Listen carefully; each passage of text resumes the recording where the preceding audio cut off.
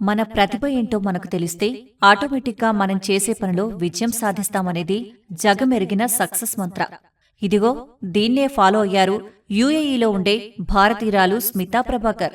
4 దశాబ్దాల క్రితం United Arab Emirates వెళ్లిన ఆమె ఆర్టే తన ప్రపంచంగా బతికారు. ఆర్ట్లో ఆమె చేయని ప్రయోగాలు లేవు. దాంతో ఇప్పుడు అక్కడ ఆర్ట్ గురించి మాట్లాడాల్సి వస్తే మొదట గుర్తుకు వచ్చే పేరు స్మితానే. అంతలా ఆమె ఆర్ట్ వరల్డ్లో తన ప్రతిభతో తనకంటూ ప్రత్యేక గుర్తింపు పొందారు. ప్రస్తుతం యుఏఈ ఆర్ట్ సర్కిల్స్లో స్మితా ప్రభాకర్ పేరు ఓ సంచలనం. ఆర్ట్పై ఆమెకున్న మక్కువతో దక్షిణాసియా వాసుల కోసం ఈష్రా ఆర్ట్ ఫౌండేషన్ పేరిట ఓ స్వచ్ఛంద సంస్థను ఏర్పాటు చేశారు. ఈ సంస్థ ద్వారా ఆర్ట్లో ప్రతిభ కలిగిన వారిని ఉచితంగా శిక్షణిస్తున్నారామె.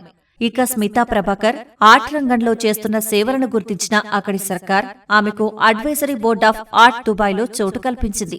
అలాగే ఆమె టేట్ మోడ్రన్లోని South Asian Acquisitions Committee, Middle Eastern Circle of the Guggenheim Museum, Peggy Guggenheim కలెక్షన్లలో సభ్యురాలు.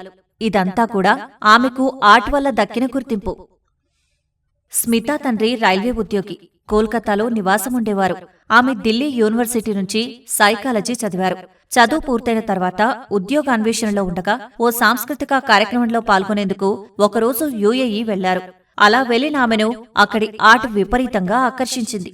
దాంతో ఆ రోజే నిర్ణయించుకున్నారట, ఇకపై తన గమ్యం ఆర్టేనని. అంతే, అక్కడ్నుంచి ఇండియాకు వచ్చి తన తండ్రితో విషయం చెప్పారు. ఆయన కూడా స్మితా నిర్ణయాన్ని అడ్డు చెప్పలేదు. దాంతో చాలా తక్కువ రోజుల్లోనే తిరిగి యుఏఈ పయనమయ్యారు స్మిత. అలా 42 కింద భారత్ నుంచి యుఏఈ వలస వెళ్లారామె.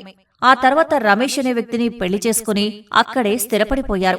ఇక ఆర్ట్లో తనకు వచ్చిన గుర్తింపు వెనక తనతో పాటు తన భర్త కష్టం కూడా చాలా ఉందంటారామె. దుబాయ్ వెళ్లిన మొదట్లో చాలా కష్టపడ్డారట స్మితా ప్రభాకర్.